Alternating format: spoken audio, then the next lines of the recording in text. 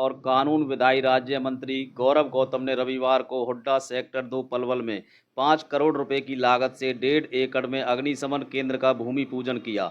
भूमि पूजन समारोह में जिला उपायुक्त हरीश कुमार वशिष्ठ भी मौजूद थे।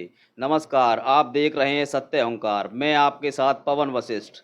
खेल, युवा अधिकारिता एवं उद्यमिता और कानून विधायी राज्य मंत्री गौरव गौतम ने कहा कि अग्निशमन केंद्र बनने के बाद पलवल में अग्नि से संबंधित किसी भी प्रकार की आपदा पर समय रहते हुए काबू पाया जा सकेगा। अग्निशमन केंद्र बनने से एक बेहतरीन सुविधा जिला वासियों को मिलेगी।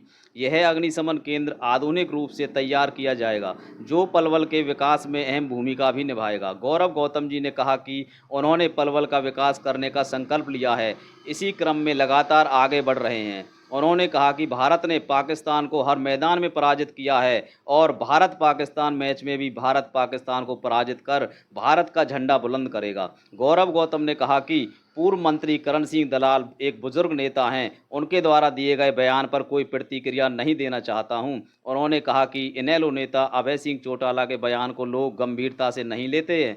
उन्होंने कहा कि प्रदेश के मुख्यमंत्री नायब सिंह सैनी बहुत दृढ़ संकल्प और मजबूती से प्रदेश को चला रहे हैं। प्रदेश की जनता के लिए मुख्यमंत्री आवास के दरवाजे हमेशा खुले रहते हैं। मुख्यमंत्री एक मिलनसार मृदुभाषी हैं और लोग मुख्यमंत्री जी से मिलने जाते हैं और सीएम आवास पर चाय पीकर आते हैं। मुख्यमंत्री जी उनका बहुत ही आदर भाव से सम्मान करते हैं। अपने देश की जनता के लिए और अपने राज्य के सभी लोगों के, सभी वर्ग के लोगों के लिए मुख्यमंत्री जी हमेशा तैयार रहते हैं। पलवल से कमलकांत शर्मा की रिपोर्ट।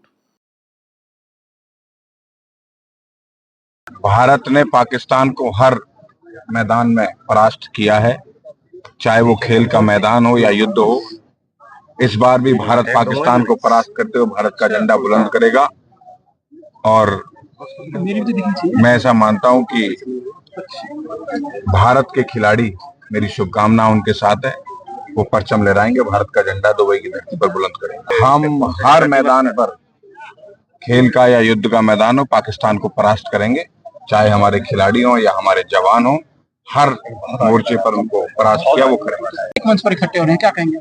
वो कांग्रेस पार्टी कभी भी एक साथ इकट्ठी नहीं हो सकती।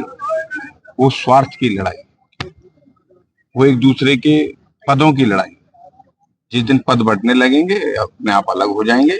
इनका पहले भी चलता हुआ है, हमेशा ये उनका इंटरनल मामला, लेकिन मुझे नहीं लगता कांग्रेस कभी एकजुट होगी। कांग्रेस स्वार्थ के लिए कभी एकजुट होती है। लगता है अध्यक्ष पद का चुनाव जो होगा फिर ये दिक्कत आने लगेगी। कांग्रेस पार्टी का इंटरनल मामला है, लेकिन मुझे ऐसा लगता है कि नेतृत्वहीन, दिशाहीन पार्टी है। ना अध्यक्ष चुन पा रही है, ना नेता प्रतिपक्ष चुन पा रही है। मंत्री जी, 16 सितंबर को हाईकोर्ट में तारीख है आपके और करण दलाल वाले मामले की। उनका कहना है कि न्यायालय से भाग रहे हैं, न्यायालय में सुनवाई नहीं कर रहे।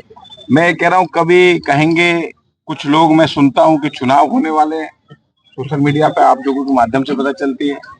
सोशल मीडिया के माध्यम से पता चली मंत्रालय नहीं है, अब सोशल मीडिया के माध्यम से पता चलेगा चुनाव ही नहीं हुए, अब सोशल मीडिया के माध्यम से पता चलेगा कांग्रेस पार्टी हारी नहीं। ये सब सदमे इतना जोरदार है कि वह नहीं पा रहे हैं, उन जुनून बात करते। आज हमने भूमि पूजन किया है अग्निशय केंद्र का, फायर स्टेशन का, जो कि हमारे 1.5 एकड़ में 5 करोड़ से ऊपर की लागत से बनने वाला ये फायर स्टेशन, स्वाभाविक रूप से भगवान ना करे कोई आपदा पलवल पर ऐसी अग्निशय कोई आपदा आए, अगर कोई आएगी तो उसको तुरंत काबू पाने के लिए हमने बेहतरीन सुविधा, सरकार ने इसका भूमि पूजन आज हो गया है। एक अच्छा फायर स्टेशन बनकर पलवल के विकास में अपने आप आगे बढ़ेगा और जो हमने कहा था कि हम अच्छे कामों के लिए, सकारात्मक कामों के लिए हम काम करने की तरफ आगे बढ़ रहे हैं, उसी की नेमत आज ये हुड्डा सेक्टर 2 में फायर स्टेशन बनने की आज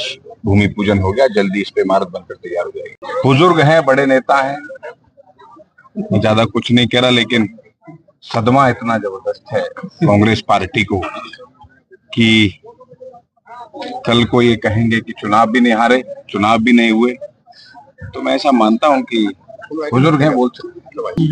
सुप्रीमो अभय सिंह चौटाला का बयान आया कि जो प्रदेश के हालात उनको लेकर के मैं मुख्यमंत्री को मुख्यमंत्री नहीं मानता, तो ये सरकार दिल्ली से चल रही है। उनको कोई ऐसी सीरियस बात कहने के लायक चीजें नहीं रही, कोई भी बात वो करते हैं, लेकिन इस प्रदेश के मुख्यमंत्री बहुत दृढ़ता से, बहुत संकल्प से बहुत मजबूती से इस प्रदेश को चला रहे हैं।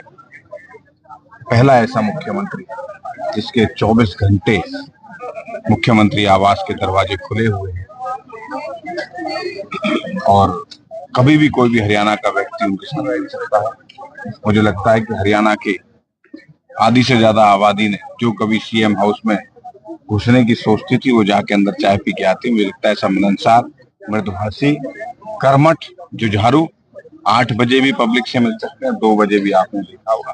पहला मुख्यमंत्री कांग्रेस ने कानून सुरजेवाला का कहना है कि जो प्रदेश सरकार की नाकामी की वजह से प्रदेश के लोग बहुत पहले से जरूरत थी, बहुत ज्यादा नेसेसिटी थी, लेकिन इसमें करीब करीब 20 से 25 साल की देरी हुई, क्योंकि 1998-99 में ये जगह अलॉट कर दी थी हुड्डा सेक्टर में। भगवान ने हमें इसके लिए एक मौका दिया कि अच्छे कामों के लिए आगे करें, तो मुझे लगता है हमें इस बात का भगवान ने मौका दिया। 25-30 साल बाद कोई फायर स्टेशन पलवल में बनने जा रहा है और हम पलवल के हर काम, सकारात्मक काम के लिए, विकास के कामों के लिए पूरी मेहनत, ईमानदारी और निष्ठा तो शिद्दत से काम करेंगे।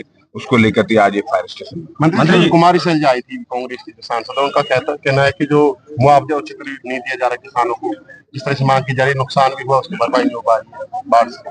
कांग्रेस पार्टी को तो ये मॉरल ही नहीं है बोलने का।